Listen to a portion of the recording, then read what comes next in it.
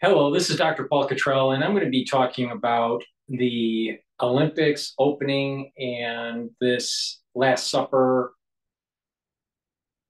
motif that they did. And then we're going to transition into a critique of a video about the deep state. And I think that kind of parlays with a previous video that I did about Trump and the attempted assassination and how the deep state and the national security state has circumvented many different presidents, and so please see those videos. I think that was episode 8, maybe it was episode 9 of Zero Gen, or Gen Zero. So what I'd like to do is, before we do that, please subscribe to all my channels. I have 4 channels on YouTube. I have Brighteon, Bitchute, and Rumble. Please be a paid member on my Patreon channel. I have different tier membership with different benefits. And please go to my website, the-studio-reykjavik.com, and you can donate there. You can donate through Stripe, PayPal, or buy me a coffee on the homepage at the very bottom. Better yet, please go to the store and listen to the protocols to increase your health, to increase the longevity, to slow down the aging process with the supplementation and the routines that I do. I offer all very high quality products. This is something that I do every day. And if you pay attention to basically the routine, proper supplementation, proper diet, exercise, proper brain exercises, proper balancing, you're going to slow down the aging process. This can happen. And by following this protocol, you're increasing your years of life and your vitality of years of life. And if you watch episode 1 through 4 of Gen Zero, you will understand why this is important, because it'll give you this opportunity to take advantage of some of the precision medicine advances that are going to start to happen in 2029. This is very important. So if you follow my lead, you will benefit. If not, that's your choice. So please go to my store, the-studio-reykjavik.com, and get some of the products that I offer, such as the structural nano silver toothpaste. This has structural nano silver, no fluoride in it. It'll whiten your teeth, freshen your breath, reduce the inflammation on your gums, and with good oral hygiene, you're going to reduce cardiovascular disease and reduce valvular disease. That's really important. This is the best toothpaste that you'll be able to get. So get a few tubes of this toothpaste for your household. Go to my store, the-studio-reykjavik.com. In addition, I have drops and lozenges for the cold season that will be coming up. So you should be starting to prepare for that. In addition, people still have allergies. So I have the drops in honey, lemon, and in blueberry. The count is 100. It's a honey count. And the lozenges that I have in stock right now are elderberry zinc in a 21 count. So please go to the store and get a few bags for your household. I have structural nano silver gels, 2 types. I have it in a dispenser, and I also have it in a tube. All right.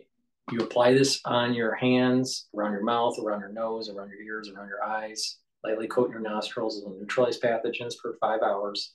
In addition, you can use it as a skincare product. It'll help heal wounds.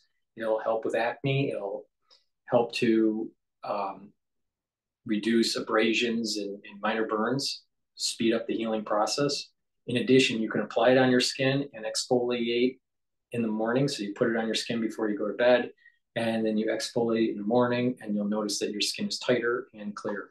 So these are very high quality products. So please go to my store, the-studio-reykjavik.com, and get the structural nano silver gel. What I'm going to do with this video is discuss how woke the Olympic Games in Paris are. So let me play the video. As people have been hearing in the news, there was this disrespect of the Last Supper by Da Vinci, by a bunch of woke, kind of a very low budget woke kind of situation here. There was also and maybe I'll find the video, a pale horse that was riding on the water, um, kind of scary because the pale horse, is part of the revelation. But here we go with the woke opening ceremony being anti-Christian. I'm sorry, but I can't stop laughing at this. It's the Last Supper. What the hell is going on? Unless you've been living under a rock, you could have possibly missed the havoc caused by the orchestrated arson attacks on the rail network in France, responsible for bringing many, including athletes, to Paris in time for the opening ceremony for the Olympics, which aired last night. But after seeing that, many are wondering why they bothered. A ceremony that looks as if it had been created by someone on a serious acid trip. It was a very watery event which began on the River Seine with 85 boats, with the athletes on board travelling through a lesson in French history. Every stereotype was there. A woman in a dress covered in croissants, can-can dancing. Lady Gaga gave a great performance. Moulin Rouge dancers and parkour on rooftops.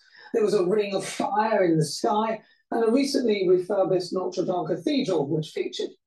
There were gaffes with country names. South Korea was labelled North Korea. You don't want to do that. There were upside-down flags and a headless Marie Antoinette.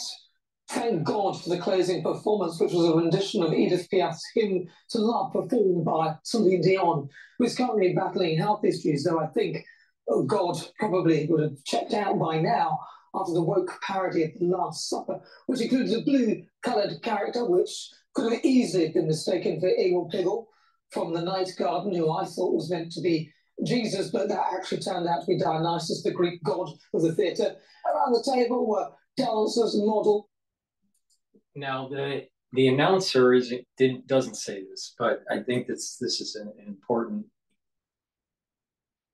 interpretation I have of what's been going on with events around the world, especially high-profile events like the Olympics.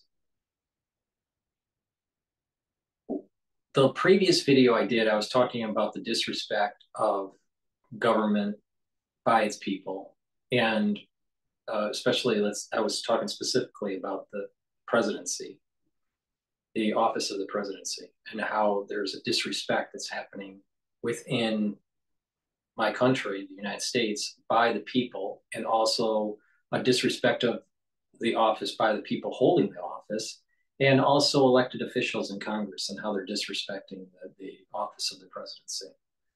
And you could extrapolate that also or apply it to citizens disrespecting other offices of government, like the judicial branch, judges on the Supreme Court, for example, or House speakers in Congress. So there's a disrespect that's happening to different offices in government, at least in my country. And I would say that it's happening in many different countries around the world, probably even the prime ministership of the UK and what's going on in France politically. So there's this disrespect that's going on in government, within government, and by its people. But there's also disrespect that's going on in events like the Olympics. And what's happening is there's this kind of more push of some sort of ultra-liberal agenda, ultra-woke agenda. And it's very similar to what Gucci was doing with its fashion, right? Tom Ford has his own fashion company that he sold, but Tom Ford was tied to Gucci, right? He was in the house of Gucci. And that's how he really made his name. But this is during that time period where when they were doing the actual fashion shows, that it was becoming not about style and fashion, but more about how much can you shock the audience. This McQueen fashion designer also was kind of a shock kind of like a shock jock kind of fashion designer, kind of in a way where you have, I know this sounds kind of odd that I bring this up, but the shock jock aspects to Howard Stern. Howard Stern applied it to radio.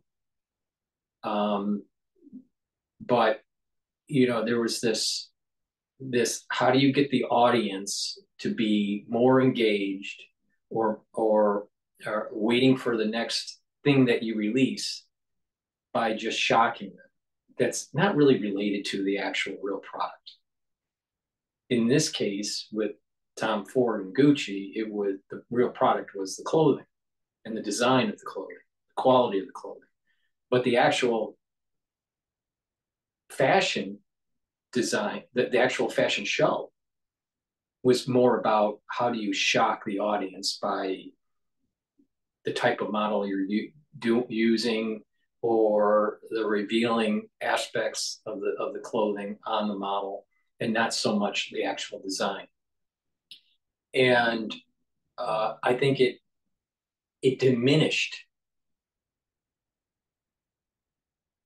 fashion, and and once you shock an audience up to a certain point, they won't be responsive anymore because it's an S curve. You've shocked them to the max, and you can't shock them anymore, so they won't be responsive.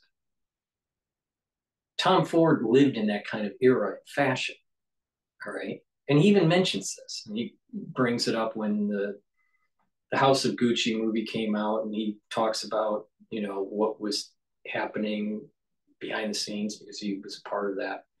And so there was this shock value, all right, kind of a jeer, and then you can apply it to even talk shows.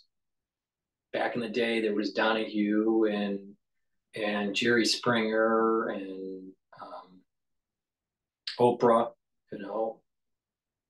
and they were. You look at the old tapes; they're more about content and hearing someone talk about something. But then over time, it became more of a free for all. Same thing in news. Walter Cronkite news, right? And then all of a sudden, you fast forward to today's news on CNN or any news, even Fox, and it becomes a shouting match. It's all about talking points and yelling at each other, and it's very, there's a cacophony of just noise. It's just chaos, and there's very little new content. So, and for whatever reason, that's what gets the eyeballs, is to create division. But it's the shock value. Well, you can apply this to what's going on with the Olympics. There's the shock value that's taking place. Now, in the news, you see it every day. If you see a program like Oprah, that's an everyday or 5 days a week kind of show, right?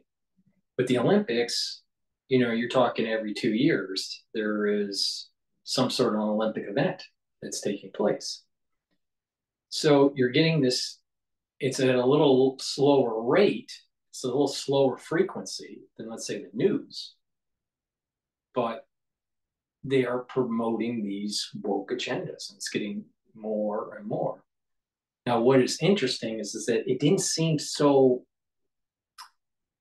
obvious with the Asiatic Olympics events or ceremonies, but it seems more prevalent with Western civilization Olympic ceremonies. I think that's telling, all right, about what's going on in the societies, and that there's disrespect of, again, I keep on coming down to this simple concept: God, country, and family. So you can be inclusive and be understanding of people even if you don't agree with them. But what's happening is that culture and art is trying to push the boundaries or break the barriers of civil conduct. And they did that during the Olympics in Paris this year. by denigrating the Last Supper in a very low budget kind of foolery way. But they're promoting this kind of like woke drag queen stuff, right? And we need in our society where we aren't in fast fashion or in fast talk or in sound bites, but logical, vigorous debate, but respectful. And we need to be more cultural in the sense of not through acceptance. Culture is not through acceptance. Culture is through having a certain cordialness, but not trying to force it upon the other group. I think with wokeism, what's happening is they're trying to force it and trying to re-engineer school systems in the United States and re-engineer the relationship between the parent and the child. And that child now is becoming more and more property of the school system or more and more property of the state. I think that's dangerous. I think that's extremely dangerous. So the society needs to be more educated and more cultured. Now, what can we learn from, let's say, Ralph Lauren, all right?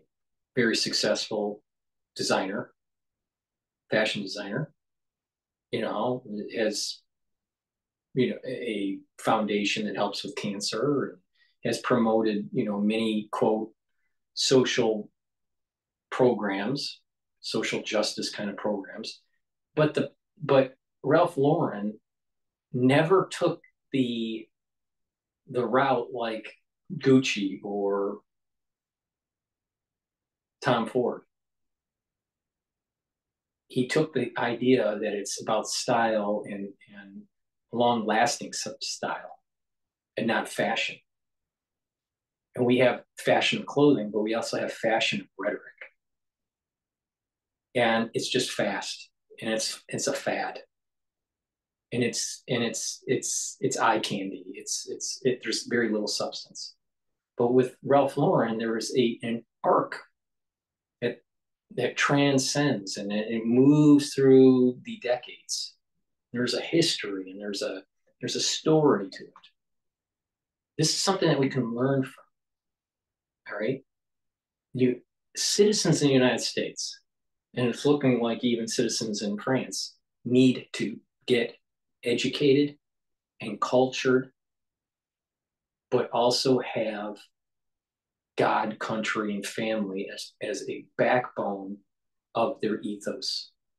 And not this idea that, of whatever I believe is whatever I believe, that everything's relative. Relativism in postmodernism, I think, is breaking down society. And we need to get back to some fundamental roots and not get into the flashiness of, quote, fashion, of clothing, or the fashion of rhetoric, but actually have substance that moves through generations, that goes through decades, not just sound bites that people will forget in a year. It's too clickbaitish, too clicky. Right? And I feel as though this wokeism that is being projected in the Olympics is about shock value and getting eyeballs there and all that. But where's the culture? I want you to do an experiment. All right. Now, some people that listen to my channel may not be that culture, and maybe some are very cultured. But I want you to do an experiment. And you talk to people and see how cultured they are. and just observe. Maybe the people that you know, maybe the people that you're friends with, maybe it's just someone that you bump randomly at the grocery store or whatever. But pay attention to their culture, how they walk, how they talk, how they carry themselves, right? And you don't have to be pompous, but the thing is they elevate. You want to elevate your health. You want to elevate your educational bar. You want to become more cultured. That will make the society better. Where I think the society is going wrong is that we're losing proper etiquette, proper culture for shock value. You see this a lot in the podcasts, you know, to get shock value, right? Now, of course, there's going to be people mad at certain moments in time because things can get really crazy, especially what happened in 2020. But the idea is that not everything is on fire and not everything is a Paul Revere moment. There are moments in time that are Paul Revere moments that, you know, may take place maybe once every 50 years or maybe 100 years or whatever. But the day-to-day news cycle, the day-to-day things that are happening in the world aren't a Paul Revere moment. And that's the difference between some people that want to think that everything's a Paul Revere moment and people like myself that realize that not everything is a Paul Revere moment, and those moments are very rare. And it may only happen once or at most twice in one's lifetime. All right. And you just, when that does come, you step up to the plate and do what you need to do. But because there's monetization of these of the news and of citizen journalism and all this, right? There's monetization, and it's about eyeballs. It's about shock value. So even independent podcasters trying to have op-ed pieces and stuff, it moves towards shock value and a loss of culture and etiquette. Like the Tates out there, like the Joe Rogans out there. Is Joe Rogan that smart? Not really. I mean, he's now doing commercials. You know, if you notice, he's doing these like stupid voiceover commercials. He's already made $100 million. Why does he need to do voiceover commercials? So, you know, assuming it's not an AI, who knows? But the thing is that everything is about monetization in this podcast world, and it falls into the trap of the Jerry Springer show. It falls into the trap of Tom Ford and what he had to do for getting shock value on the fashion shows, or McQueen and what he had to do for shock value. All right. But did it really push the envelope of fashion? Not so much. Not so much. You know, some people don't even know who McQueen was. Some people probably don't even know who Tom Ford is. Now, some people have heard about Gucci, but do you really know the fashion ethos of Gucci? But if you talk about Ralph Lauren, you understand the fashion ethos of Ralph Lauren because it connects to something deeper, something deeper. All right. And it's the same thing in politics or in history or in science, right? You gotta, you know, don't do the Jerry Springer. Don't go down the woke path. And by doing that, when you do that, then what will happen is that you will you'll be revered as an intellectual and as someone that has culture and class instead of the Jerry Springer.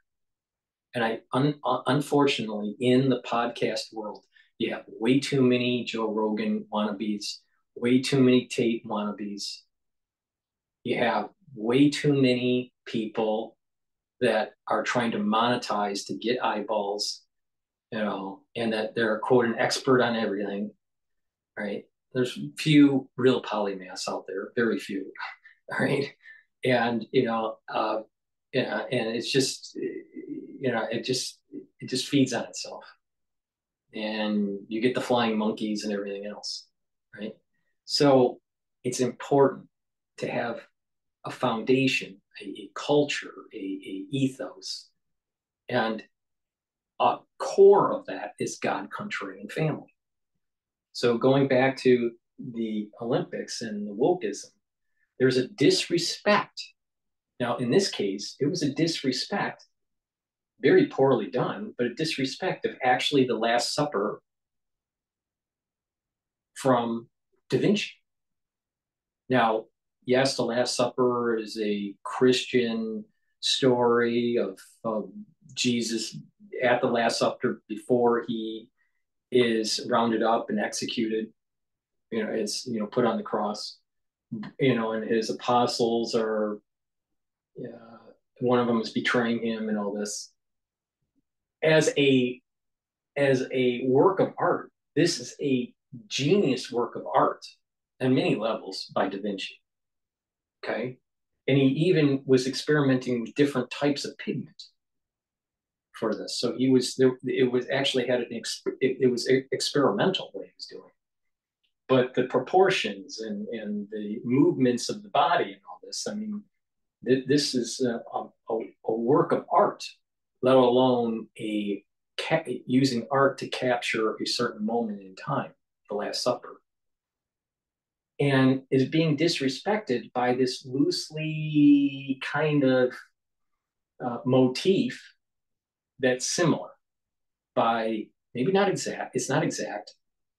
I don't think officially they were trying to make it exact, but it was about shock value because it's drag queens and it's just something's just not right about the people that were making the event storyline and the costumes and the whole event sequence at the Paris Olympics. There's something, it's about shock value. It's the Tom Ford kind of era of Gucci, right? You once you try to monetize the body in such a way to just sell clothing. Well, this is you do everything for shock value just to get eyeballs. This will collapse, just like it collapsed in the 90s, with the shock value with the fashion shows. But this is disrespect to Da Vinci. It's disrespectful to religion, especially to Christianity. And it's disrespectful in this block ethos of God, country, and family. This is a disrespect of country and God for sure. And there doesn't seem to be a real strong ethos of patriotism or history of France. France has an amazing history. You don't see that in this Last Supper. It's very just it's in very poor taste. So this whole postmodernism, this whole relativism that's taking place in art and in costume design and all this stuff needs to be analyzed and conservative viewpoints need to be heard on why this is devolving society with this kind of stuff. I mean, if you look at this, which one is more appealing to the eye? Well, obviously the Da Vinci than some drag queens at the Last Supper or loosely affiliated Last Supper motif. Which one has more artistic mastery? Obviously Da Vinci, not whoever did the costume design for this or the set design for the Olympics. See what I mean? Where's the mastery? Where is the culture? Where's the style? Not the fashion. Where's the style? So let me continue with that video. But before we do that, please go to my store, the-studio-reykjavik.com, and get the structural nano silver soaps that I have. I have many different varieties. This one is charcoal tea tree. But go to the store and see what I have available. Please get the 3 applicator set. It's a spritzer, dropper, and a nasal spray. They are great for the ones that haven't purchased them. When you purchase a Max 14 or Max 35 or even structural solution, that's the ppm 30. This liquid, you take a teaspoon of it a day or a tablespoon if you're not feeling well, once or twice a day. You gargle with it 20 seconds, you swallow it, right? You do this every day. I use this every day, right? I take structural nano silver liquid every day. But if you need to travel or take it to work, just put it in these little containers and just put it in your bag. And so you'll be able to spray surfaces or spray the back of your tongue or put a dropper in your tongue. You can use it as a nasal spray. This is perfect to put it in a bag and be able to carry your structural nano silver. So please go to the store and get the structural nano silver liquids and the applicator set and the structural nano silver set. But part of kind of an anti-aging protocol is you can culture yourself. How can you improve? Can you, can you properly eat at the table? Do you know how to properly set a table? Do you know how to actually, have proper etiquette and a vocabulary? This is important. We're moving into an era where we need people cultured, not decultured.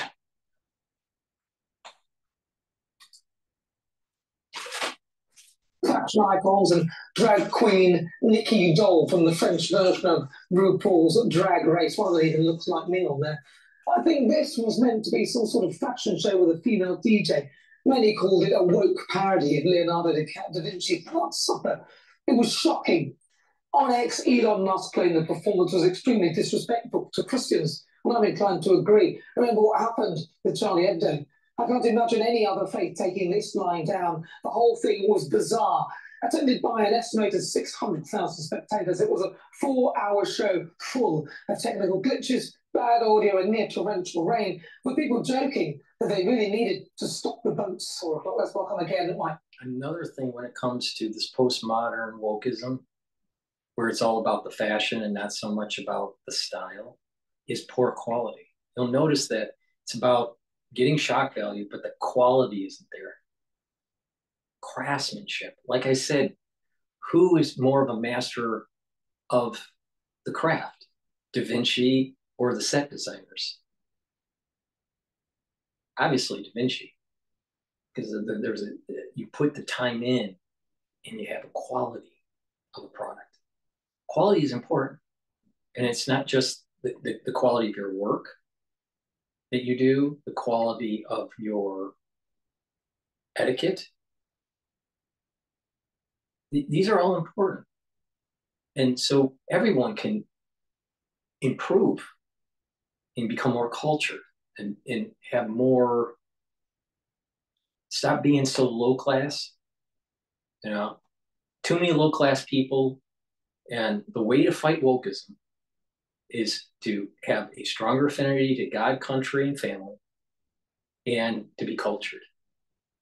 And when you fight that, when you do that, you can fight this wokeism that's happening. Now, this culture issue is on both sides of the spectrum. The ultra liberal has lost culture and is devolving, but the ultra right also has lost culture. Right? So you don't want to be trailer trash, right?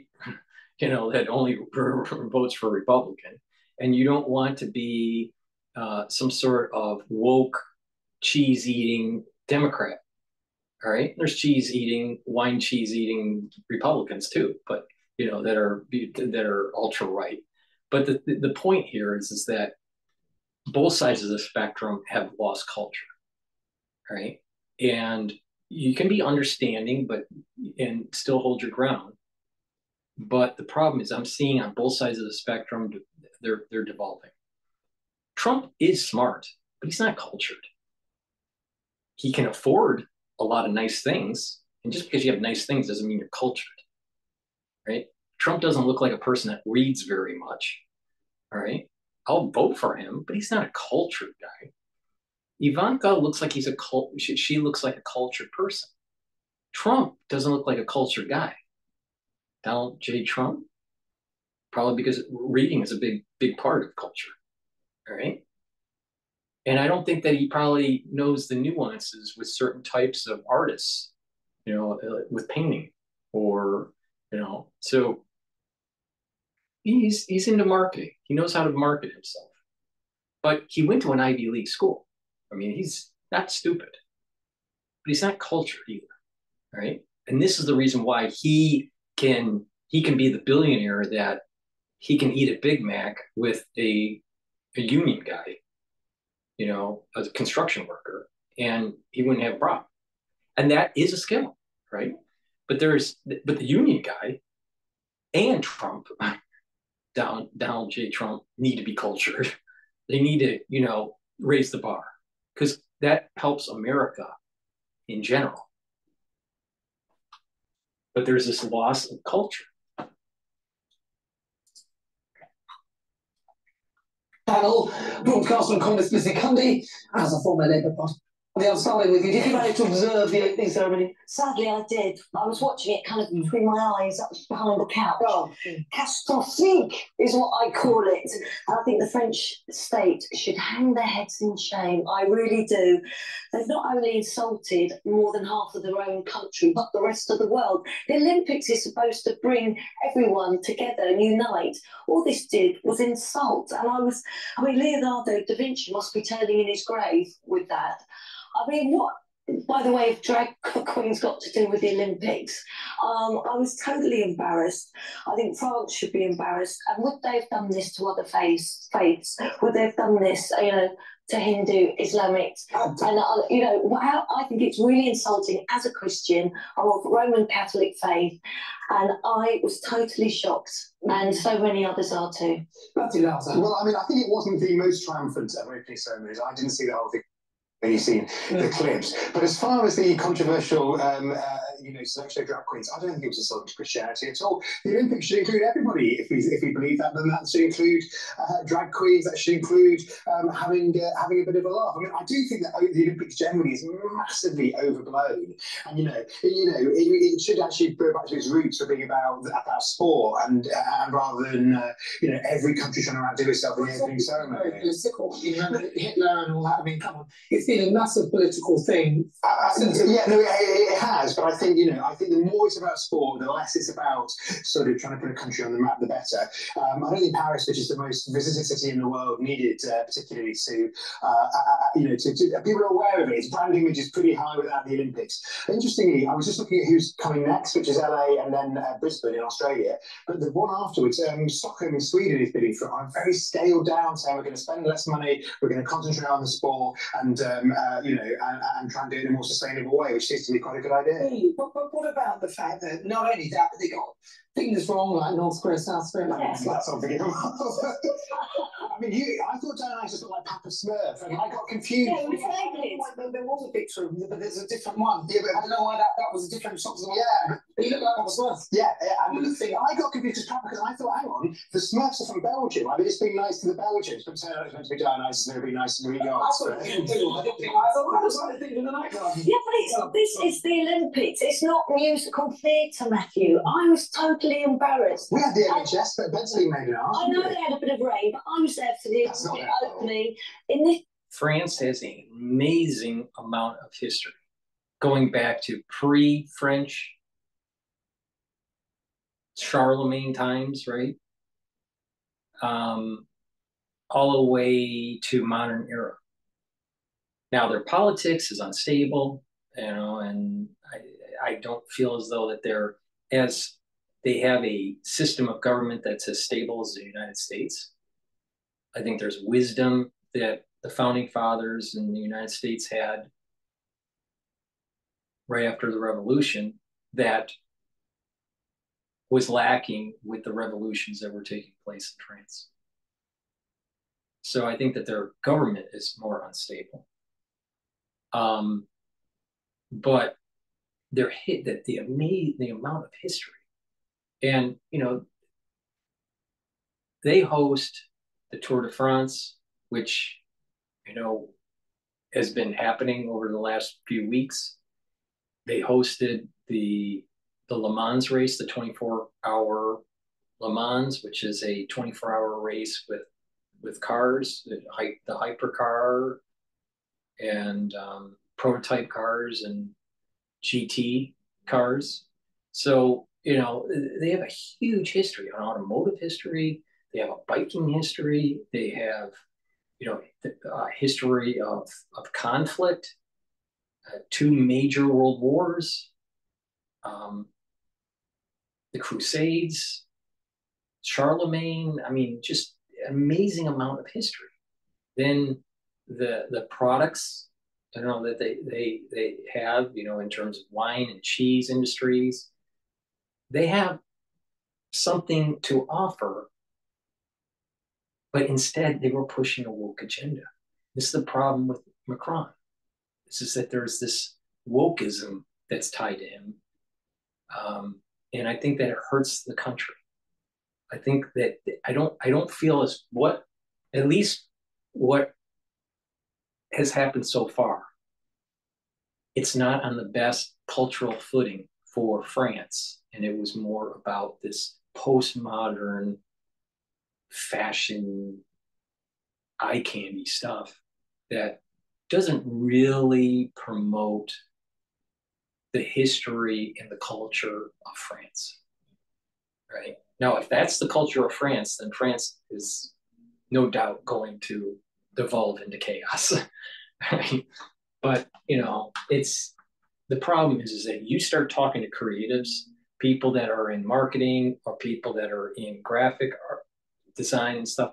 Many of them, not all of them, many of them are of this postmodern woke persuasion.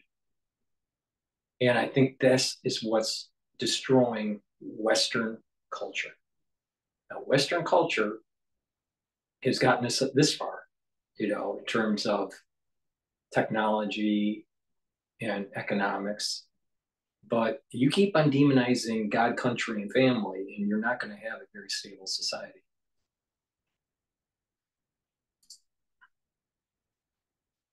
In 2012, let me tell you, we were incredible next to this shambolic mess. And that's what it was for you with all the stuff there. People complaining in 2012 that the Olympics opening ceremony with their sort of hymn to the NHS and lots of kind of symbols of our industrial past was all a kind of woke Labour left-wing conspiracy. Who gave the woke brigade charge of this whole event? They honestly, it was embarrassing and it was insulting. I don't think it was for the best run ceremony ever, but I don't think that the problem with that was having a few drag queens in it for a couple of minutes. I think clearly their ambition of trying to do it on the river, was a little over. So next time in 4 years we'll be back in the stadium. But did they not think that would insult the Christian faith? Did they not think of that? There is a they've done that to any other faiths. I actually think it's appalling what they did. And I don't know who was in charge, but the French state should really have a good look at themselves today, because my friends that are also Jewish and other people who haven't got faith even said, why? Why did they do that? Well, do they want to be chic? Do they want to be I thought that France did brilliantly yesterday after those appalling attacks. So actually, they did actually get some trains moving again in the afternoon, and they obviously, despite the rain and the few glitches, pulled off a ceremony which, if nothing else, was memorable. Well, for the wrong reasons. Yeah, for perhaps the wrong reasons. That's a perfect ending, because the females were absolutely right that were on that panel. It's memorable, but for the wrong reasons. Just like I said, the shock value. It's Jerry Springer. It's the Tom Ford, the the zenith period for Get rewarded every month on rent, Gucci. travel, and other expenses around your neighborhood. Redeem. So they're right, you know, it's for the wrong reasons. And they did that on purpose. So you would get eyeballs and people would talk about it. You know, unfortunately, maybe we're feeding into the stupidity by commenting on how crazy it is. But all right, with that said, I want to do a critique of a video here. It's called Deep State Explained. So I haven't seen the video, so we're going to do all this live, right? We're going to do this just off the cuff and see how it goes. But I think it'll be interesting because I think this dovetails really well in the videos I've been doing about Trump and the national security state and the power of the national security state.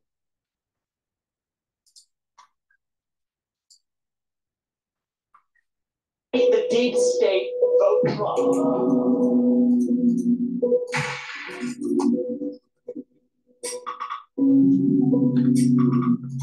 Hey, John. Hey, Haji. I'm having a really hard time wrapping my head around this story, I must admit. Yeah. And this concept of deep state has been so, I think, poisoned by politics and Trump sort of using it for everything that he doesn't like. And it kind of makes it hard to approach it earnestly. But I think we have to keep digging. Like, I think there's something here. Is the deep state real? Is the deep state real?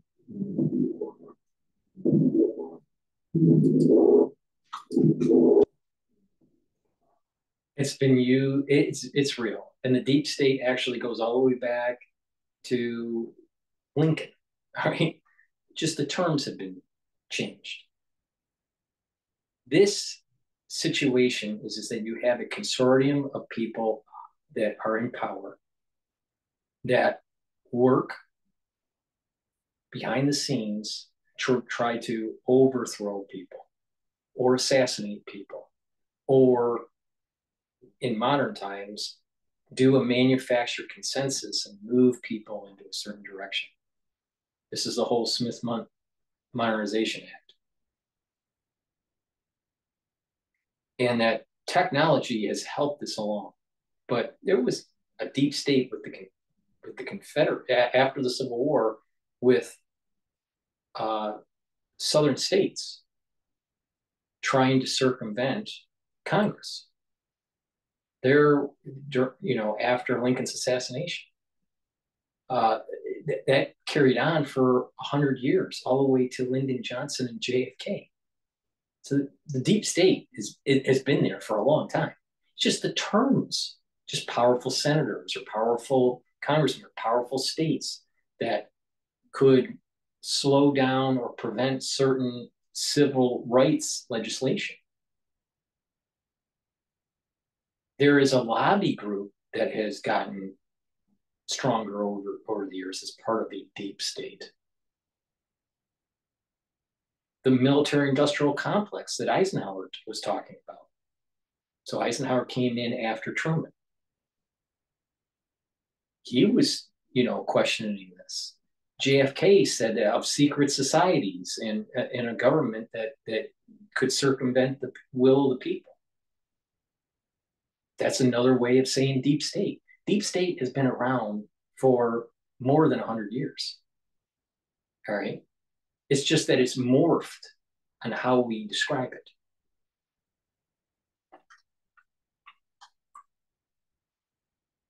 Now, this thing here that they have as a graphic here, I'll read it. It's a quote. "It was a social thing, my dear fellow. I never received $1. I never signed a secrecy agreement. I didn't have to. I've done things for them when I thought they were the right thing to do. I call it doing my duty as a citizen." This is from Joe Alsop on working for the CIA as a journalist. Working for the CIA as a journalist. Interesting. Smith Modernization.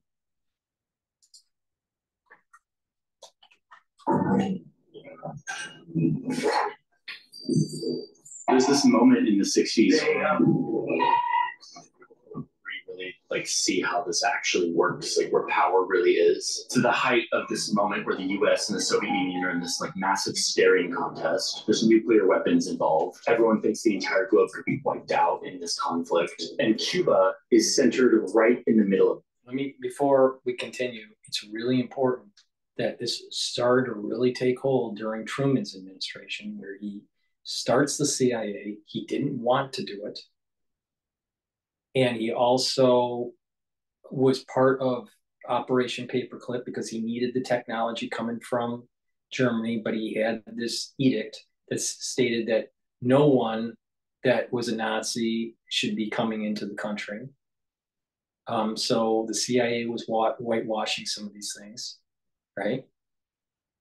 So, you know, this whole deep state operation type stuff is really taking hold in a modern form during the Truman administration.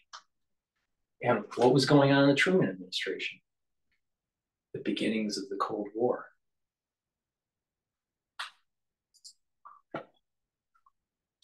Right off the coast of the US, but they're on the Soviet side of the conflict. The US at this point wants nothing more than to snatch Cuba, to make it their own. And they've been trying to kill Fidel Castro a million different ways. They're looking for an excuse to invade. And to push back on all of this, the Soviets actually start shipping nuclear weapons to the island. The US has no idea until one day a spy plane is flying over the island and they snap this wild photo. I mean, it doesn't look like a wild photo, it just looks like a random field in Cuba. But you zoom in and you see canvas tents, trailers, missile launch equipment. I mean, the US government immediately knows what they're looking at here. The world's most destructive weapons are actually hiding under these tents, ready to launch, sitting right in the United States backyard, right off the coast. Nuclear war 103 miles away. Within the past week, unmistakable evidence has established the fact that a series of offensive missile sites is now in preparation on that imprisoned island. It's a crisis, a Cuban missile crisis. And one man in Washington, D.C. suddenly has a really difficult decision to make. Everyone around him wants him to. Now remember, how did they get that far? Well, again, it is Truman and Eisenhower. Eisenhower had a plan in place before he left office where there was this operation to overthrow Cuba. And the military might have been support. When I say military, our US military might have been used as support, air support, if things went wrong. But the CIA thought that they could handle it. And obviously the Bay of Pigs happened and there was a big fiasco. But you need to go like, why did that happen? Okay, Eisenhower had this plan and that it was going to transition into a new administration that was Kennedy's administration. Now, most likely, they didn't think that Kennedy, while this was all happening, they didn't think that Kennedy would win, right? So, you know, you're talking about that they were thinking that maybe this would go to Nixon, a Republican, all right? So the deep state thought that everything would be copacetic and that military operations, if things got hot and heavy, it would be more of a conventional means instead of some sort of covert CIA means, right? So this change of the guard between Eisenhower and Kennedy, you know, put a little bit of a roadblock in there. But it looked like Kennedy was willing to do it, but without the military support. The CIA thought that they could corner Kennedy and do the military support, and he said no. Now, why did Eisenhower have this take with Cuba? Well, going back to Truman, the previous president before Eisenhower, Truman had this policy of using the CIA as a way to overthrow governments that may be potentially teetering towards communism or towards the Soviet Union. And so Truman was overthrowing governments or doing operations through the CIA to do this. Saying Cuba was in this orbit of operations. So, it's interesting that they're only focusing on the Cuban Missile Crisis, at least in the first 3 minutes of this video. But this thing's really starting with the start of the CIA and with Truman telling the CIA to overthrow governments. Now, just a fact, which I think is interesting, Truman was the 33rd president of the United States, and also he was also a Freemason. I thought he was a 33-degree Freemason. In addition, Democrat. So the deep state really takes hold in its modern form through the Democratic Party.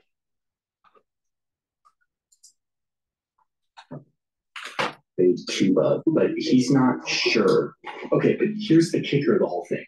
Instead of stay at work that night and figure out this crisis with his advisors, Kennedy gets in a car and travels across town to a cocktail party. He came here to a house in Georgetown, the home of Joe Alsop, one of the nation's most influential newspaper columnists. It was the eve of nuclear war, and the President of the United States kept his dinner date in Georgetown. And the reason why is because at that party were the people he trusted, the people who really had power in Washington during that time. Most of them lived here in this neighborhood, many of them side by side, all within a few blocks.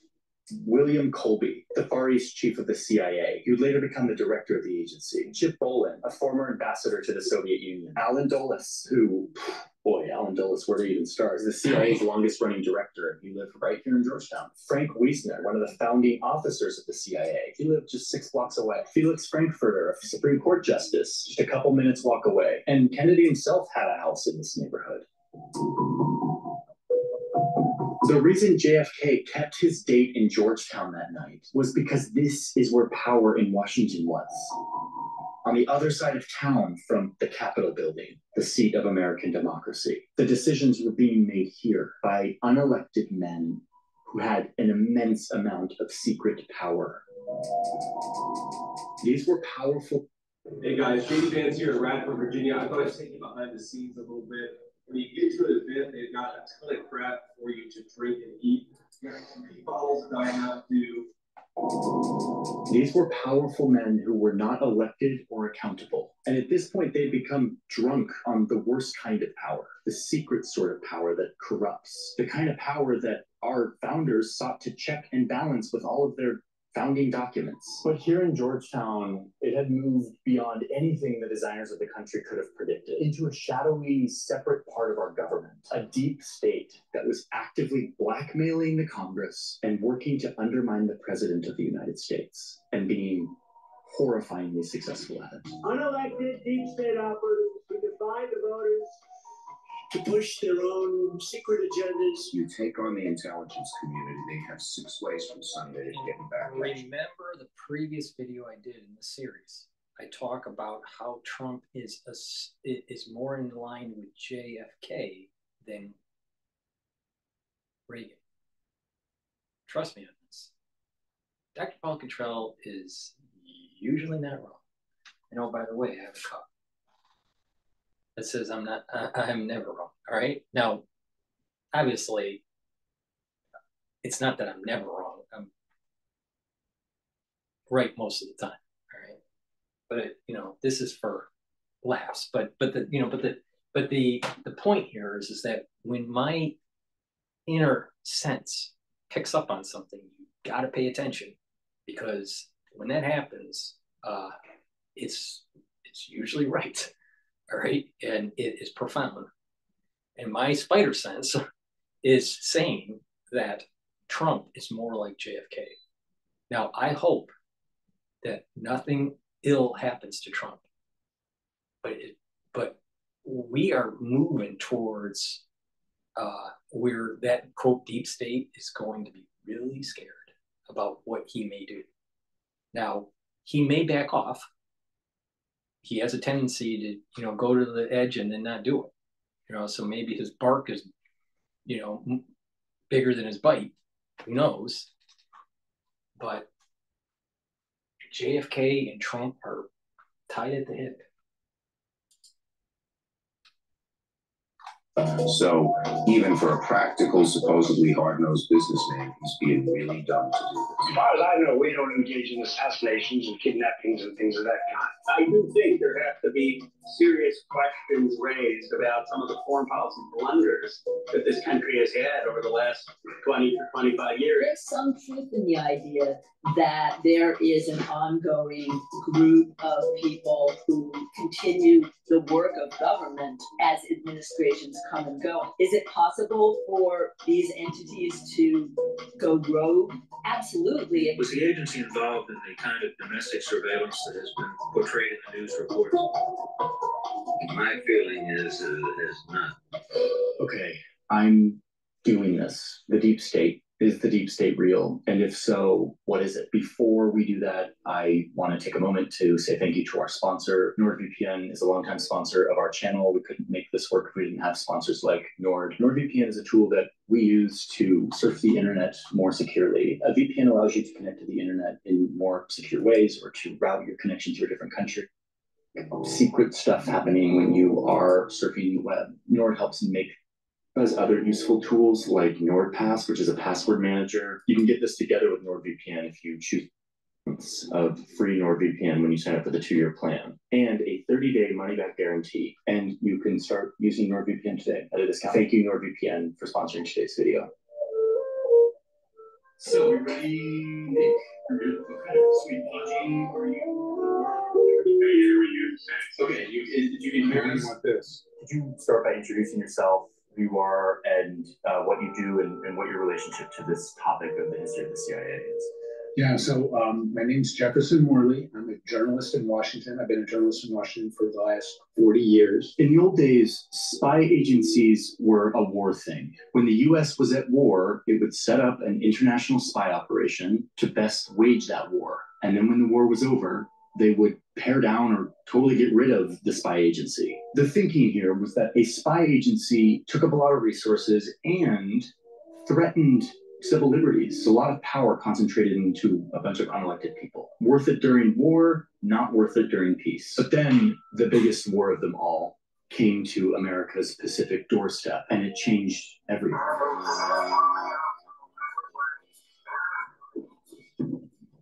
So Roosevelt now has a license, more of a license to do what he wants. And one of the first things he does is consult with a man named Bill Donovan. Wild Bill, a corporate Wall Street lawyer who was obsessed with the power of intelligence. Donovan had very strong opinions, and he said, you need a wartime intelligence service. You're going to war. Wild Bill Donovan would be in charge of the Office of Strategic Services, or OSS, a centralized intelligence agency that would be given immense power to do whatever it took to keep our people safe and to keep our team on top.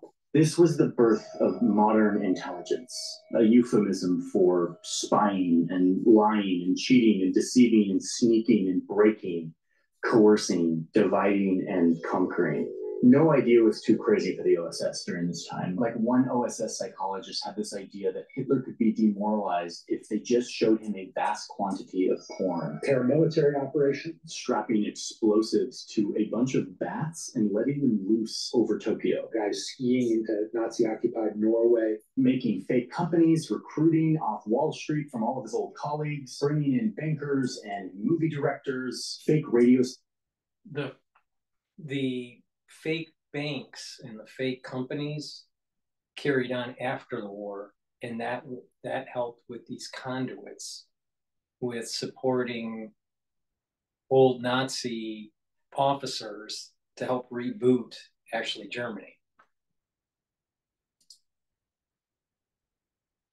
Anything to demoralize, divide, or confuse the enemy. The OSS is the first intelligence agency that the United States ever has. Oh, and one of Wild Bill's favorite things to do was to have parties at his house. Are we the first ones here? A big night. The plan and plot is up. Too many advertisements.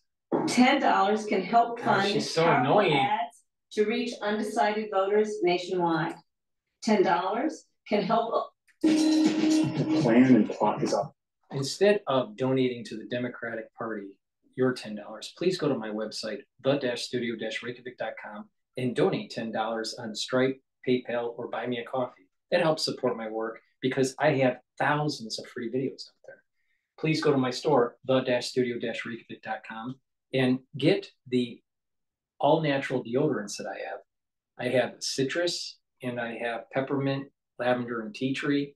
They're made from essential oils from the Himalayas. It has no aluminum and no baking soda in it. It helps to slowly detoxify your body. You use it every day. This deodorant is for males and females. In addition, we have also developed a Even Better bar.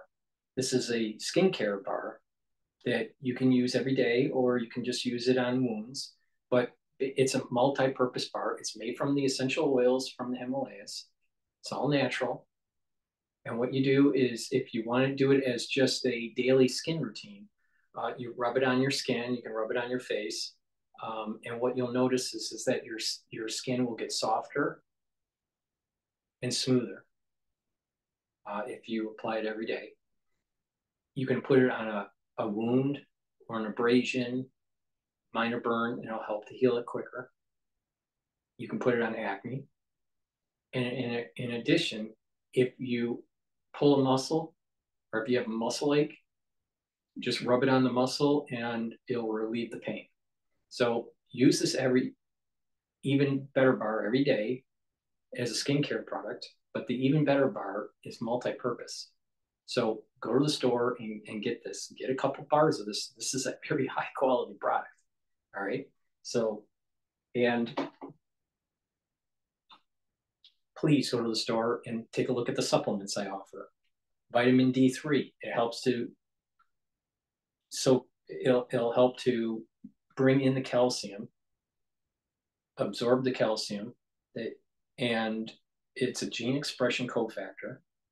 This gene expression cofactor will help with cellular processes, but it will also get rid of cells that need to go through apoptosis, especially if they're infected. So D3 taking every day is very important for your health. So go to the store and get the vitamin D3. Lignans, very important to boost up your immune system.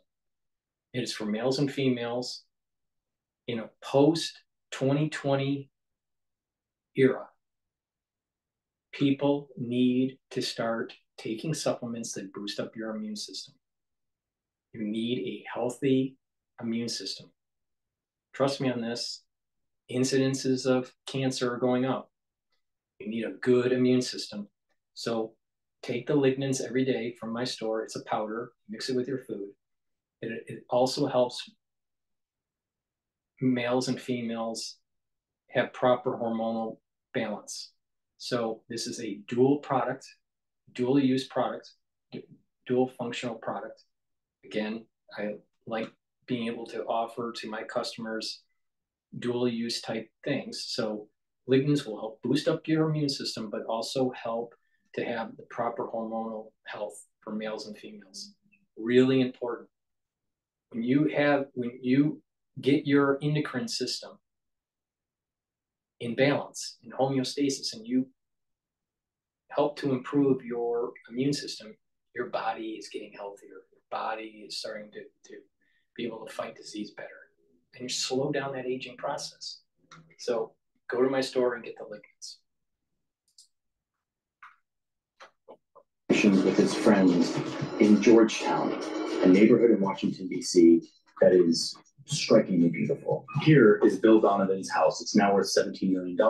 It's beautiful. And this is where he would have a drink and chat with other Washington power brokers. He would recruit new agents from American high society, earning the agency the nickname Oh So Social. Pretty clever. Okay, but remember that spy agencies like this were a war thing only. And the war ended in 1945. And the OSS got dissolved. The forces of Germany have surrendered to the United Nations.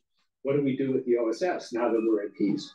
And Truman says, we don't want to risk having an American Gestapo. A political police. His meaning, especially in the context of having just defeated the Nazis, was, that's what led our enemy astray. They had a secret intelligence agency, the Gestapo, which wound up enforcing political norms and enforcing tyranny. And we don't want to risk that. Here's Harry Truman doing the right thing and signing a piece of paper that says that the OSS can no longer exist. I mean, Truman was freaked out. He's like, this was really great to help us win the war, but this is way too much power in the hands of unelected officials holding secret information. But it was kind of too late. This is where Truman was right on the edge of doing the right thing, and then he was pushed over to do the wrong thing because he ushers in the CIA after that.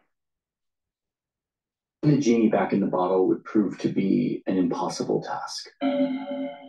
Is it significant that all these guys live 4 blocks from each other in Georgetown? Yeah, it's very significant because they're the product of this wartime culture. This is one party that just has to turn out right. Here is target number 1 for the Reds. Who's in the bullseye? You are. So there was a brief moment after World War II when the Cold War didn't exist. We were at peace.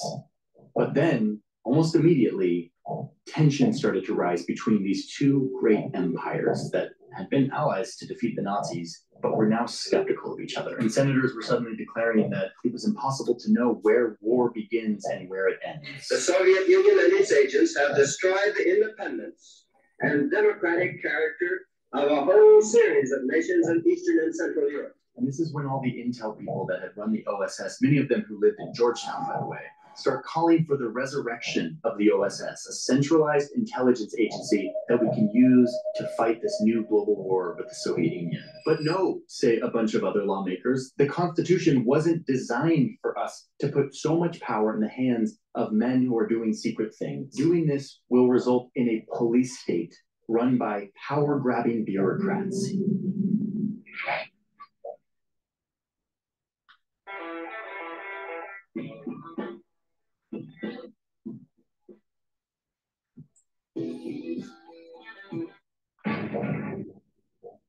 Too much power to military leaders and their insatiable appetite for more money, for more men, and more power, whatever the cost to democracy. Truman's mind changed. And what changed Truman's mind was the growing confrontation with the Soviet Union. And soon the papers were signed and a new agency was formed, the Central Intelligence Agency, the CIA. When Truman signs the National Security Act, he says, we have to be careful that we don't have an American Gestapo. So that thought is still on his mind. The CIA was the big, shiny new weapon of the United States in the Cold War. And their mission was to, quote, gain and distribute intelligence and to perform, quote, other functions and duties related to intelligence affecting national security. What does that mean? Everybody knew what that language meant. Everybody knew that that was, and we just weren't going to talk about it because we didn't want to write it down on paper. Like, what do they do with this vague mandate of national security? Oh boy, they go to town.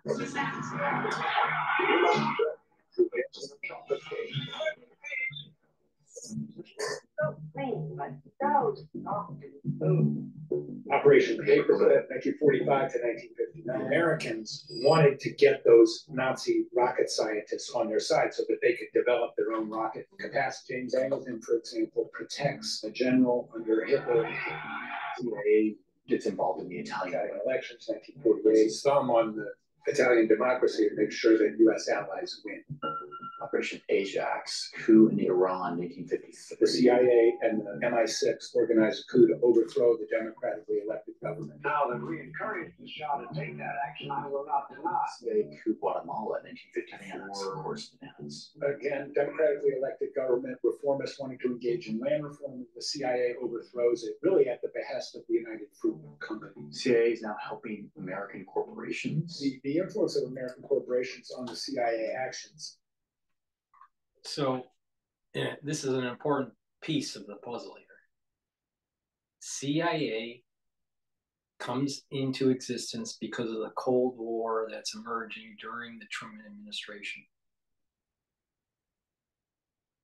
But you also have a growing lobby group that is starting to gain power too. And this is why I said the deep state, it's not just intelligence agencies.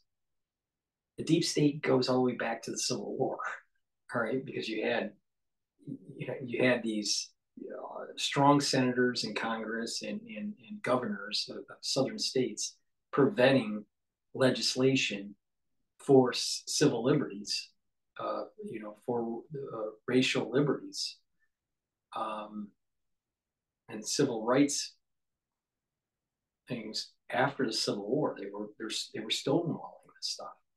So there was this contingency that was stopping the United States to becoming a more perfect union, to use a phrase by Lincoln. But you also have the deep state is deep governors, deep senators from different locales, especially the southern states, right? This is where the Democrats are coming from. But you also have deep agriculture. Well, deep agriculture, those are all that also involve many southern states too. So we had this confluence of intelligence gathering and that intelligence agency ballooning out. And then you also have this lobbying group that's starting to gain more power in Congress. And then now, all of a sudden, the lobbying group is using the CIA as their own militia.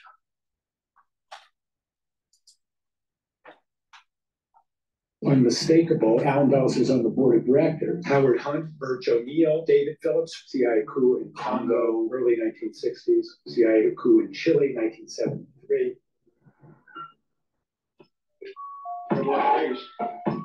The assassination operation against General Schneider in 1970 is coordinated with Kissinger's office. Thank you. Nice to see you all. Mind control experiments, MK Ultra. In 1950, the CIA launches a massive program to develop means of controlling people's minds. Some 40 U.S. academic institutions were involved in this kind of research. People without their permission. And we develop a truth zone, dosing somebody with LSD 60 times in a week. NSA's Operation Shamrock, electronic surveillance, 1945 to 1975. The first warrantless wiretap. God, pigs, nightmare. There were hundreds of CIA assassination plots. Operation Phoenix. Eventually, Bill Colby, who was later director, admitted that they had killed 20,000 people. Operation Mockingbird, COINTELPRO, Operation Chaos, Watergate, Jim Critchfield, Frank Wiesner, James Angleton, Roosevelt, Oscar Corey, CIA coup in Indonesia, CIA coup in Greece, CIA involvement in the Guatemalan Civil War. It was a CIA crime spree for 20 years. There's no other way to describe it. So by the 1970s, the CIA is this powerful, well-funded machine of intelligence that is doing a lot of secret things all around the world. They start blackmailing lawmakers to scare them away from investigating them and reining them in. These agencies had harmful personal information on lots of people. When I was doing my Angleton book, a guy told me one day when he went to meet Angleton quoted back to him what he had said to his wife in bed the night before. And so they had this capacity, and people knew that they had this capacity. The Kennedys knew that J. Edgar Hoover had information about his affairs. with various women.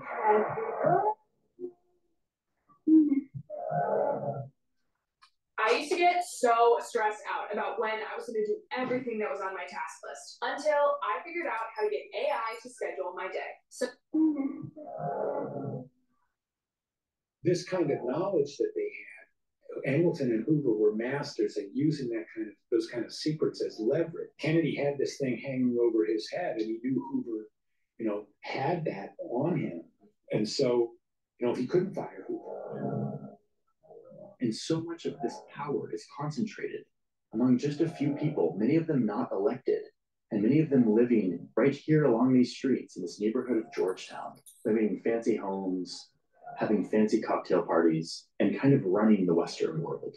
It's exactly the nightmare of the founders of the country and the nightmare of President Truman. 1 month after the assassination of President Kennedy, Harry Truman publishes an article in the Washington Post and says the CIA should be abolished.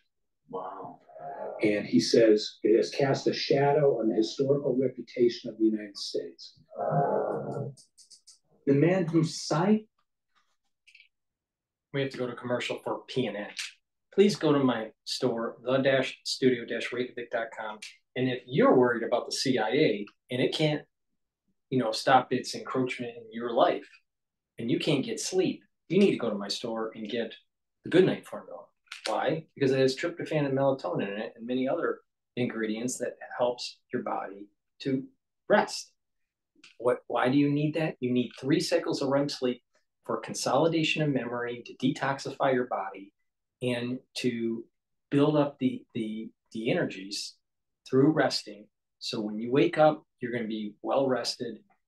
People that have chronic problems sleeping have problems with energy levels, with memory, and their body is filled with toxins, especially the central nervous system. There have been studies that have shown that chronic deprivation of REM sleep can lead to dementia. So it's very important to get sleep. Sleep heals the body. Sleep helps the mind. Sleep detoxifies the body. So go to my store, the-studio-reykjavik.com, and get the Good Night formula. This is a very high quality product. All my products are high quality. So, and take this, and you're going to get those REM cycle sleeps and move towards that journey of proper health and vitality. Multivitamin. I have a multivitamin on my store. It's a very high quality multivitamin, and it's easy to digest. Take this every day. Why? Because the ingredients in this multivitamin are cofactors for enzymatic activity. If you don't have enough of these cofactors, you have subpar cellular processes in metabolism. So you need the multivitamin. So take it every day as part of your daily routine. I have a probiotic in powder form and in a tablet form or capsule form. And that capsule form, you just take every day. But in the powder form, which is the one I have in my hand, there's a little scooper here, and you just mix it with your food. I mix it in the afternoon with my lunch, and because I eat hummus on my lunch, so just mix it with your food, and it'll help with the gut biome. Why is that important? You'll be able to absorb energy better. You're going to have a better liver by doing this because it's increasing the communication and the metabolism between your gut and your liver, and a better communication between your gut and your brain. And mood and brain function is tied to gut health. Also, good gut health improves skin. So you want to improve your brain, your skin, your liver, very important, and your ability to absorb nutrients. So get the probiotics that I have in my store, either in the capsule form or in the powder form. the piece of paper that created the CIA comes out and says he regrets it. Eventually, Americans start to get savvy to the fact that their government is sort of going off the rails. As this war in Vietnam drags on, more and more Americans stand up and say enough, demanding accountability for a national security apparatus that had gotten out of control. And what does the government do in response? They start spying on the protesters. Operation Chaos was the CIA spying on the anti-war movement. Johnson calls in Dick Helms and says, what's going on? The communists have to be behind this. And so they start infiltrating the anti-war movement. And so this is happening in the anti-war movement in the 60s. All right. But the same thing happened just recently in 2020, where they were using social media to curtail your freedom of speech and then to track you. And they use social media to see who your social network with, and they'll put you into a security net. They're looking for someone, and they look at not just 1 degree of separation, they're looking at 3 degrees of separation. They're out of control. The national security state needs to be abolished.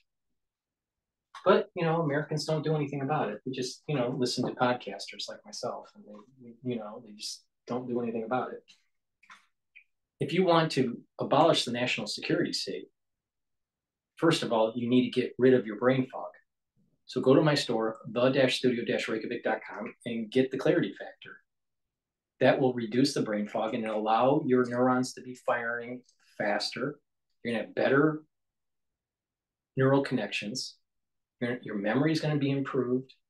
You're going to have your thinking will be faster. And by doing that on a regular basis, you're improving your neural health. So please go to my store and get the clarity factor, because you need to improve your neural health. You got to view your body. It's not just the body. It's separate organ systems that are communicating. You got to improve your liver. You need to improve your kidney. You need to improve your brain. You need to improve your heart. You need to improve your cardiovascular system. You need to improve your bone structure, your muscle structure. You need to improve your eyes and your digestion and all that, your GI tract. So it's system-based. So go to my store and get the clarity factor. It's going to improve your brain function. That way you can fight the deep state. And they come back in about a year and they say, well, Moscow and the North Vietnamese, they really like this anti-war movement, but it's not controlled by them. It's not funded by them. It's pretty much an American thing, but that doesn't change anything. And chaos continues to grow. And eventually by 1970, there's 30 officers working on it, hundreds of agents. And, the ostensible purpose of chaos to detect the foreign hand. I mean, chaos was in existence for 7 years. Every time they were asked to report on it, they came back and said, it's not foreign controlled and it's not foreign funded, which was obvious to anybody who was involved in the anti-war movement. There were a lot of people inside the CIA saying, we're spying on our wives and kids, basically. They're going to the demonstrations and we're reading the reports at night. We shouldn't be doing that. Are we trying to exterminate an entire people? What have we become as a nation? Americans were waking up to the fact that these unelected men were wielding way too much power and spying not only on the entire world, but on Americans themselves. Hey guys, JD Vance here in Radford, Virginia. We've got a great rally here. People are excited about President Donald J. Trump and getting him back in office to promote peace and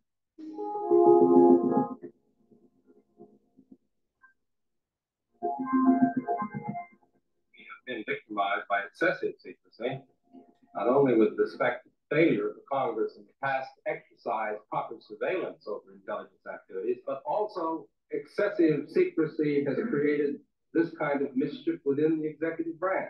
Senator Frank Church helps lead the charge of taking all of these secrets and excesses and thrusting them onto the national stage and shining a light on them. There has never been a full public accounting of FBI domestic intelligence operations. The American people are learning for the first time just how bad this was. 800 witnesses, 10,000 documents. Their secrets were shared. CIA, FBI, NSA, assassination plots. Does this pistol fire the dart? Yes, it does, Mr. Chairman. When it fires silently. Almost silently, yes. Spying on Americans. A wholly comprehensive listing of everything those people thought or did on any subject you can imagine they're having concern with. Targeting people like Martin Luther King Jr. and other civil rights or feminist activists. Bureau agents were told to attack the New Left by disinformation and misinformation. Anti-war protesters were spied on, intimidated. COINTELPRO is the name for the effort by the Bureau to destroy people and to destroy organizations, or as they use the words, disrupt and neutralize. The Bureau went so far as to mail anonymous letters to Dr. King and his wife. King, there is only one thing left for you to do. You know what it is. You have just 34 days in which to do it. You are done. That was taken by Dr. King to mean a suggestion for suicide, was it not? That's our understanding, Senator. The CIA's LSD mind control experiments were also detailed to the public. One of the first things they come across is the MK Ultra papers. And so were the FBI and CIA's attempts to infiltrate the free press, planting journalists within our newspapers. We would later learn in some investigative reporting that this infiltration of the free press was much more widespread than Church even discovered. He reported that up to 400 journalists had been paid by the CIA under Operation Mockingbird, and there's no doubt that Anderson Cooper. Please go to my store, the-studio-reykjavik.com, and get the turmeric. This is an antioxidant, but it also brings down inflammation. Very important, because by bringing down inflammation, your body's going to be healing. And you also take it with ashwagandha that controls the blood glucose levels that reduces inflammation in your vascular system. When you do this on a regular basis, you're going to slow down that inflammation. You're going to be controlling your blood glucose levels, and you're going to be slowing down the aging process. You're going to allow the body to be healing. And by reducing that pro-inflammatory response, you're actually healing and boosting up your immune system. Also take my resveratrol. Why? Because it gets rid of senescent cells. When you do this and you couple it with C60, you're going to slow down that aging process, and your tissues are going to be younger. All right? So take resveratrol and couple it with C60.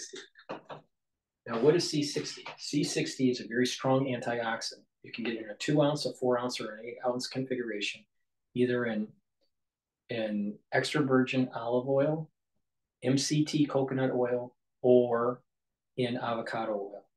You take a teaspoon of it a day, you take it every day, and what that will do is it will neutralize the free radicals in your cells and boost up the mitochondrial health, and you'll have more ATP, you'll have more energy.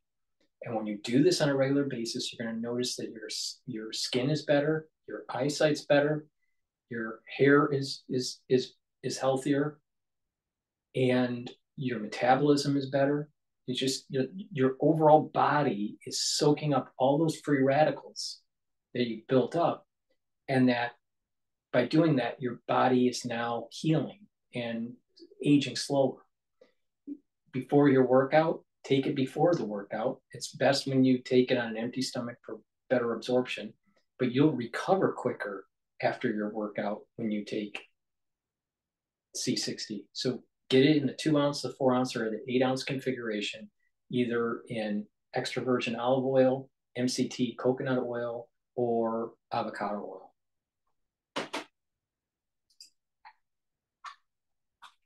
A massive effort and effective. The Church Committee made a few things clear. Number one, that indeed a group of unelected government employees used immense power and resources of the United States government to pursue programs that were illegal, unethical, and generally out of line with American values and norms. And they did it in secret, outside of any sort of accountability, partly because the US Congress wanted to give them money and turn a blind eye. I can recall members of Congress who recoil from responsibility of knowing what was happening.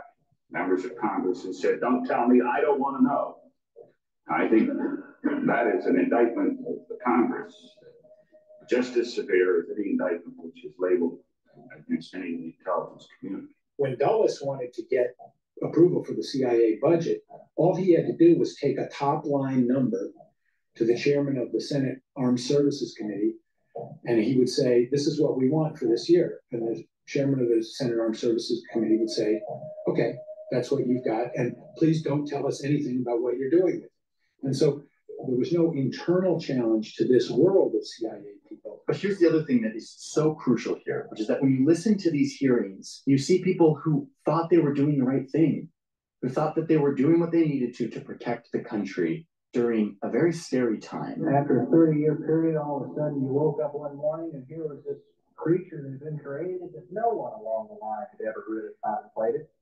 Each of these steps that I think initially were innocent, honest steps. Many of these agents were earnest patriots, but they were operating in a system free of accountability and transparency. Even within the deep state, there are people who are doing things for altruistic and good reasons, and then there are people who are doing things for their own selfish or bad reasons, and exactly how many are in each category is sort of impossible to delineate. I got sucked in when I should have known better, and where many other more intelligent, sophisticated people got sucked in other areas. So after the church committee, all kinds of new oversight regulations come in. There's new committees formed, there's new regulations, and suddenly the intelligence community now finally has some kind of oversight. The deep state was reined in. Now, they did fight back. Church was undermined and intimidated by these agencies. CIA people, they hated Frank Church. Jim Angleton would go around and say Frank Church was a KGB agent. Dick Helms raged against him. Kissinger.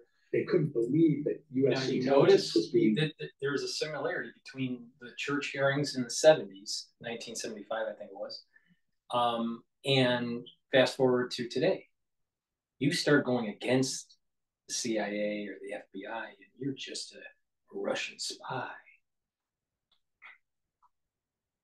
Sound familiar with what the agencies were doing to Trump? On the other hand, Americans were like, oh my God, this is what was being done in our name. But overall, this is a story of American democracy doing what it's supposed to do, rein in the worst impulses of humans with power, and in the process, avoiding disaster, at least for a few decades. One of you is about to be elected the leader of the single most powerful nation in the world. Have you formed any guiding principles for exercise of this enormous power? When it comes to foreign policy, that would be my guiding question. Is it in our nation's interests? Peace in the Middle East is in our nation's interests. Having a hemisphere that is free for trade. Just one day before the attempted assassination. Isn't this ironic that it's actually RFK Jr.'s ad that pops up while we're covering the CIA, deep state?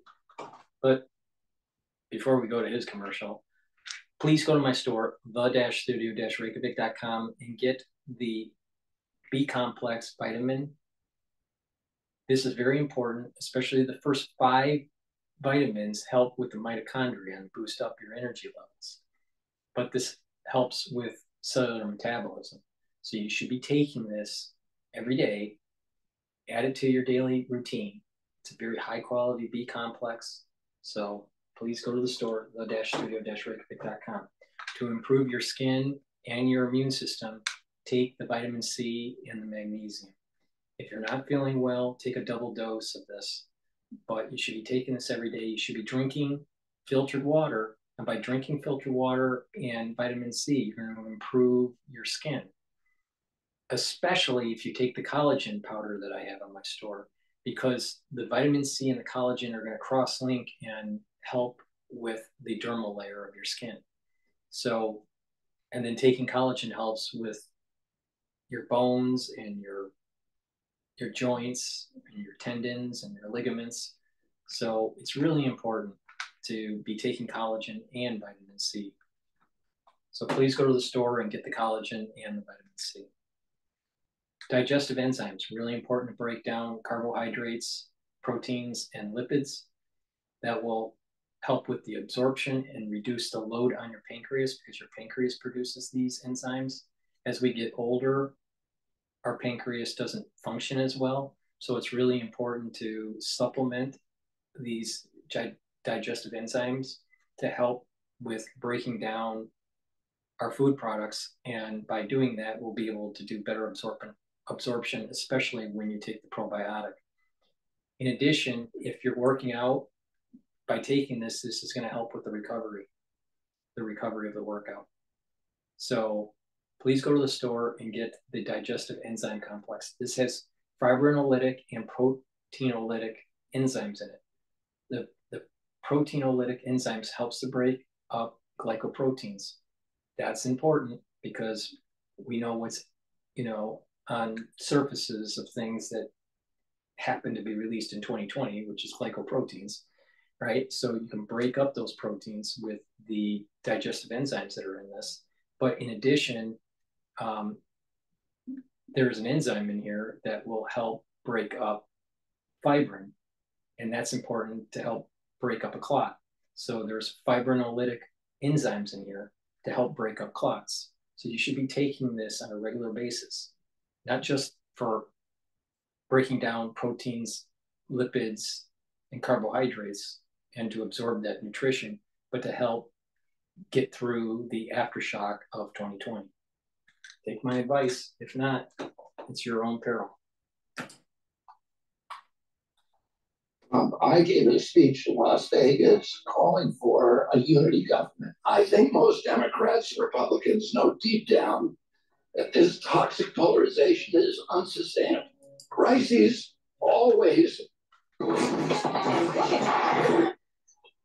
some very, very sketchy details reaching us here at Sky Central.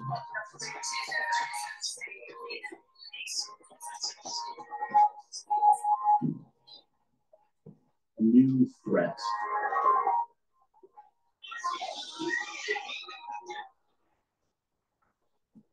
And the new call to give power to professional spies and bureaucrats to keep us safe by doing secret things. And by passing the Patriot Act, we will make America safer while safeguarding our civil liberties and privacy. And then, of course, new agencies. And during the 2020 crisis, it launched a series of policies that gave more government authority, what I call the Bio-Patriot Act. And it has many different pillars in terms of controlling the economy, in terms of controlling your health, in terms of controlling social media, the ushering in of passports, inoculation passports, a lot of things, right? Circumventing freedom of speech on social media. So what happened in 9/11, or right after 9/11 with the Patriot Act, was supercharged in different forms through the Bio-Patriot Act.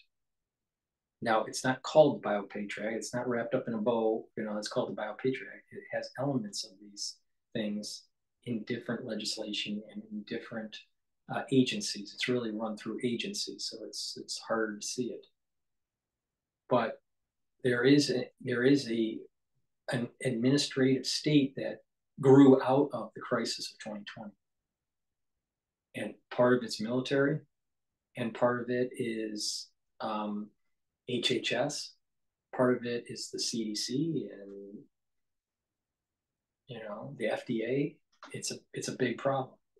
And they're going to be ushering in digital currency, which will help with social scoring. So it's a big problem. We didn't learn the lessons from 9/11, and we allowed it to happen. This is the reason why I kept on saying that you have to push back, but people didn't push back. And now you have lost social freedoms and have not shut down the facilities that make these pathogens. Didn't take the advice, and now we have a big problem. Variations on the same name. 9/11 is kind of like a Pearl Harbor. There's this desire, we've been attacked, anything goes, we have to strike back. This is an existential struggle. And that same ethos of the early Cold War, anything goes, that returns big time after 9/11. And the CIA seeks or asserts, without being checked, all sorts of powers that they hadn't asserted before. They implement the torture program. They massively expand the warrantless wiretapping, the kind of things that we had seen Angleton do in Chaos. Those exact same techniques are revived and expanded after 9/11 at a very large scale. Taxpayers funneling money into millions of new top secret jobs. 22 Capitol buildings worth of new office space that spring up all around this area where I live to house all these new secrets. And inside them, waterfalls of new programs, so many weirdly named programs that no one leader could ever hear about, let alone regulate all of them. There's not a whole lot of effective oversight on something that has grown so big and so bushy. And none of which should be known to the public. That is, until someone who's worried that history is repeating itself decides to spill the beans. Our breaking news this evening is the identity of the man who sent the Obama administration into defend and explain mode this week. His name is Edward Snowden. He's an American former CIA employee and computer technician. Today, he came out as the leaker of classified NSA documents that spell out these secrets. And we all kind of wonder, what if we actually need this now? What if we need all these dark windows and top secret PowerPoint decks where they design how they're going to spy on us? What if our safety relies on what happens inside of all these buildings? So we keep funding them. But in doing so, we must at least acknowledge what we're doing here. We are trading a portion of our freedom in exchange for a sense of security. And in the process, we're creating and feeding kind of a new branch of our government power, one that operates outside of this elegant triangle that the founders constructed to trip up the corrupting forces that run the risk of always possessing men with secret power. Most everybody agrees that there's overclassification. There's way too much information that's classified, but information is power. And the fewer people that have it, the more power the people that do have it have. And the result is that when the most powerful man in the world arrives to the most powerful house in the world, promising to rein all of this in, to rein in the excesses, he actually finds that he can't. He's not able to change much of it. Instead, he sits there and watches much of the things that he critiqued grow under his watch. The thing that he's supposed to control, he finds he doesn't have that much control over. These targeted strikes against Al-Qaeda terrorists are indeed ethical and just. Secrets keep us safe, but secrets also degrade this delicate thing that we have called democracy and accountability. That is, until we save ourselves from their everlasting seductive pull. The United States must not adopt the tactics of the enemy. Means are as important as ends. Crisis makes it tempting to ignore the wise restraints that make men free.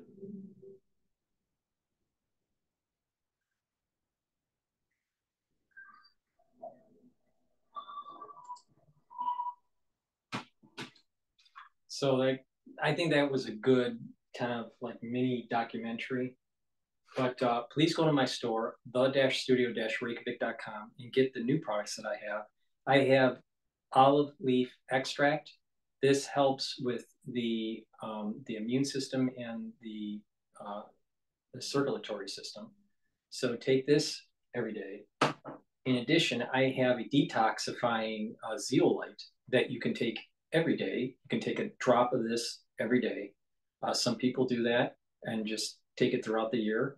Others will take it over only, over a month period or so, a few drops, and take the whole bottle. And once the bottle's done, they're done for their detox for the year. Sometimes they do it twice a year. I'm of the type to detox once or twice a year. with the zeolite. Some people just do a drop a day for the whole year or so. So there's different ways to do it. But the way zeolite works is it's a positive charged molecule that will soak up toxins, chemicals, and heavy metals. So when it does bind, then you can urinate that out in 6 to 8 weeks, or 6 to 8 hours, not weeks, 6 to 8 hours. So it will bind the molecule because it's zeolite is negative, and the other toxins are positive. And so it'll bind, it will be excreted through your kidneys, you'll urinate it every 6 to 8 hours. And you're slowly getting rid of those toxins. Now, what's important here is that you need to talk to your doctor if you are on medication. Because if you are on medication, taking zeolite may bind to your medication and make it less effective, and you're urinating out your medication. So if you are on medication, you have to talk to your doctor first to make sure that you can take zeolite so it's not affecting your dosage. So, but many people that are doing detoxification that they're not on meds, so you don't have that problem. But the ones that are older and they're on meds, or they have some sort of disease and they're on meds, it's important to talk to your doctor before you do any type of detoxification, because you want to make sure that the medication that's supposed to be in you to help with your disease isn't counteracted by zeolite. So you need to talk to your doctor before you use zeolite. But many people that are doing detoxification, they're not on medications at all. So that's okay. So please go to the store and get the zeolite. If you're on medication for heart, for diabetes, or anything, make sure you talk to your health professional before you take zeolite. So with that said, thank you for listening and have a nice day.